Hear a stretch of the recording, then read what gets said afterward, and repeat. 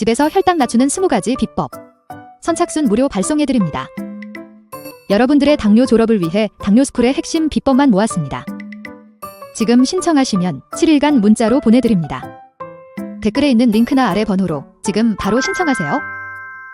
안녕하세요. 당뇨인들의 당뇨 졸업을 돕는 당뇨스쿨의 한의사 이혜민입니다. 여러분, 내가 당뇨가 오래될수록 췌장이 점점 지쳐가고 망가진다는 사실 알고 계시나요? 오늘은 이와 관련된 굉장히 재미있는 그래프를 함께 보고요. 각각의 환자분들이 실제 오셨던 분들이 그 그래프에서 어디에 해당하는지도 함께 보고요. 그리고 어떻게 극복할 수 있는지 한의학적 치료 방법도 같이 한번 살펴볼게요. 굉장히 중요한 내용이고 여러분 지금 이 순간도 췌장이 지쳐가고 있기 때문에 끝까지 시청해 보시길 바랍니다.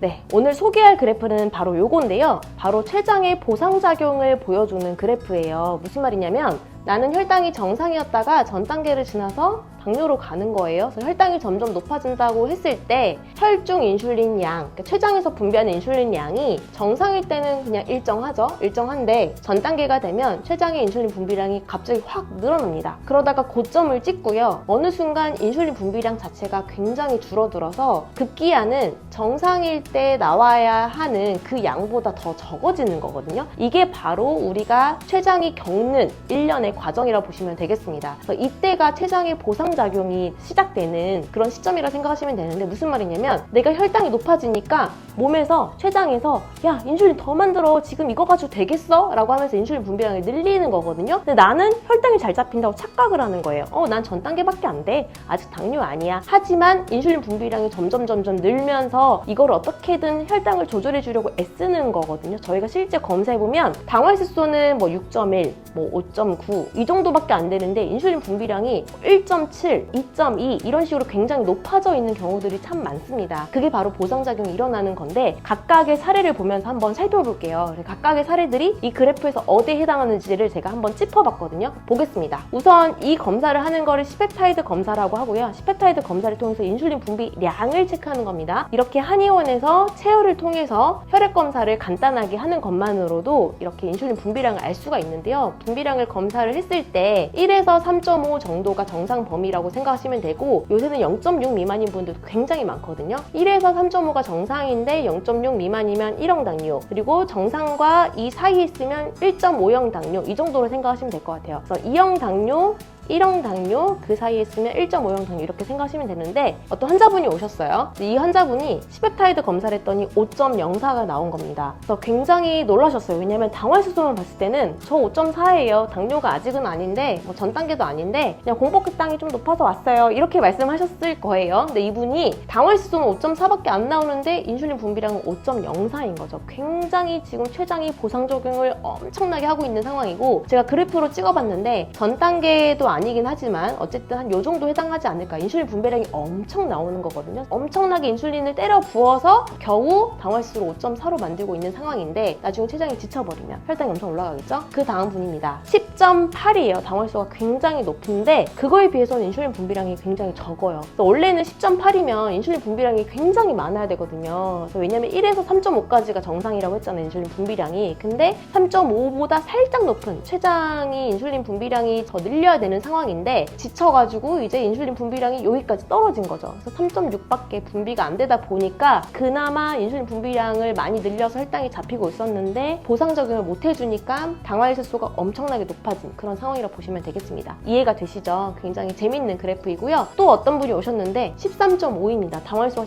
13.5라는 거는 굉장히 높은 거잖아요. 그러면 또 굉장히 많은 인슐린이 필요한데 1.07밖에 분비가 안 되는 거죠. 그래프로 그려보니 한 요 정도 당뇨는 굉장히 심해져 있고 13.5니까 근데 인슐린 분비량은 정상 범위 정도밖에 안 되는 요 정도 상태입니다. 이분도 마찬가지로 췌장이 그동안 일을 안 했던 건 아니에요. 모든 췌장은 주인을 살리기 위해서 어떻게든 해보려고 노력을 합니다. 그래서 인슐린 분비량을 엄청나게 늘려봤는데 그래도 혈당이 안 잡히고 이게 너무 장기간 지속되니까 지쳐버려서 이렇게 1.07까지 줄어든 거죠. 요 정도 상태라고 생각하시면 됩니다. 이분은 점점 췌장이 더 지쳐가고 있는 상황이라고 보시면 되고 그래서 점점 이렇게 지치다 보면 1.5형이 되어가는 거거든요. 아까 제가 얘기했던 0.6과 1.2 사이에 있으면 1.5형이라고 생각하시면 되는데 체감상 한 30-40% 정도 됩니다. 저희 한의원에 오시는 분들 한번 정확하게 통계를 내봐야 되겠지만 체감상으로는 한 30, 40% 굉장히 많은데요.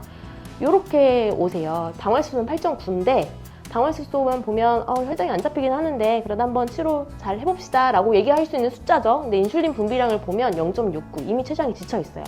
이런 경우에는 인슐린 저항성만의 문제가 아니기 때문에 인슐린 분비량을 늘리는 치료도 같이 들어가야 되는 거거든요. 굳이 이렇게 그래프상에서 따져봤을 때 당활세소가 8.9이고 그 다음 인슐린 분비량은 0.69였죠. 그러니까 인슐린 분비량이 정상 범위보다 줄어든, 제가 한 이 정도로 체크를 해봤거든요. 그래서 인슐린 분비량이 줄어들어 있는 상태이시고 그 다음 분도 마찬가지예요. 당활세소는 비슷하시죠. 8.4, 8.1 나오는데 인슐린 분비량은 거의 바닥까지 갔어요. 0.22, 굉장히 이 정도면 절대적인 분비량 자체가 거의 없다고 생각하시면 되고, 인슐린 분비량이 정상 범위보다 한참 밑에 있죠. 췌장이 거의 지쳐가 있는, 거의 망가진 상태라고 보시면 될 것 같아요. 이런 분들이 굉장히 많아서 마음이 아픈데요. 이런 상태를 검사할 수 있는 게 C-펩타이드 검사다라고 생각하시면 되고, 여러분이 평소에 다니는 병원에 가셔서 제발 부디 이 검사를 꼭 하셨으면 좋겠고, C-펩타이드 검사를 3개월에 한 번, 아니면 적어도 6개월에 한 번은 꼭 하셔야 됩니다. 왜냐면 췌장은 지금 이 순간에도 지쳐가고 있기 때문에 1년에 한 번 해서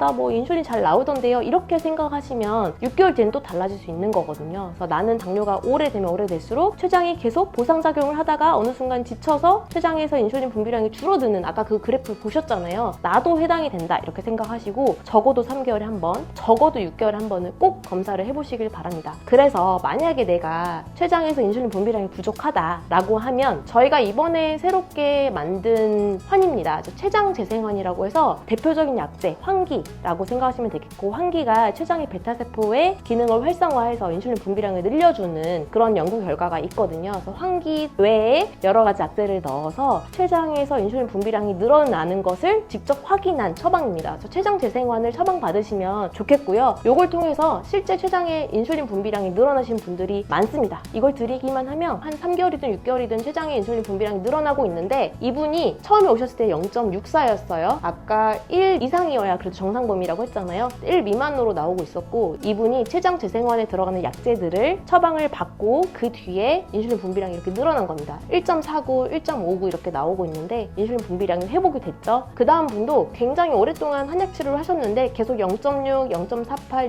0.5, 0.32 이렇게 0.6 미만으로 주로 나오시던 분이에요. 굳이 따지자면 1형으로 분류될 만큼 굉장히 인슐린 분비량이 적었던 분인데, 이분이 이때 치료를 하신 거거든요. 최근에, 아주 최근에 치료를 하셨고 2달 정도 드시고 나서 1.2까지 단숨에 올라와 버렸습니다. 그래서 인슐린 분비량이 굉장히 적어서 좀 오래 걸리겠다 싶었는데 한 달, 2달, 3달 지나면 굉장히 C-펩타이드가 빠른 속도로 올라오는 것을 지금 확인을 하고 있거든요. 환기를 포함한 췌장 재생환을 한번 꼭 고려를 해보셨으면 좋겠고요. 제가 한번 고민을 해봤는데 2형 당뇨도 지금 이 순간도 계속해서 췌장이 지쳐가고 있다고 말씀드렸잖아요. 그래서 2형 당뇨는 나는 인슐린 분비량이 정상인데 인슐린 저항성만 신경 쓰면 돼 라고 생각하기보다는 그래도 하루에 한 포씩 드시면서 만약에 여유가 되신다면 좀 예방 차원에서 췌장이 계속 지쳐가고 있기 때문에 2형 당뇨도 하루에 한 포 정도는 드셨으면 좋겠고요. 이건 환이니까 드시기 편합니다. 그리고 1.5형 당뇨라고 하면 이분들은 지금 인슐린 저항성 문제도 있지만 인슐린 분비량이 적어지는 문제도 있고, 이게 더 지쳐서 1형까지 가버리면 치료가 정말 어렵거든요. 그래서 1.5형 당뇨인 경우에는 하루에 2포씩 드시면서 치료 목적으로 요거를 좀 접근을 하셨으면 좋겠습니다. 저희가 가장 치료가 어려운 상황이 1형까지 간 상황입니다. 아까 보셨던 0.6 미만 그런 분들보다도 굉장히 더 적게 나오시는 분들이 있어요. 0.2 미만. 1형 당뇨는 굉장히 인슐린 분비량이 절대적으로 부족한 상황이기 때문에 하루 3, 4포 정도 드시는 것을 권해드리고, 이분들은 목표가, 첫 번째 목표는 1.5형까지 올라오는 것, 그 다음에 2형까지 회복하는 것, 단계적으로 목표를 삼아서 치료 목적으로 접근을 하셨으면 좋겠습니다. 췌장 재생환이라는 한약을 소개해드렸고, 췌장이 계속해서 지쳐가기 때문에 1형이냐 1.5형이냐 2형이냐에 따라서 췌장 재생환을 이렇게 좀 활용을 하셨으면 좋겠어서 이번 영상을 준비를 해봤고요. 여러분이 만약에 한약적 치료에 대한 궁금한 점이나 아니면 처방에 대해서 좀 문의를 하고 싶다면 1644-5178로 문의를 주시기 바랍니다. 자세한 상담 도와드리고 여러분의 췌장 회복을 돕도록 하겠습니다. 그럼 다음 영상에서 뵙겠습니다. 감사합니다.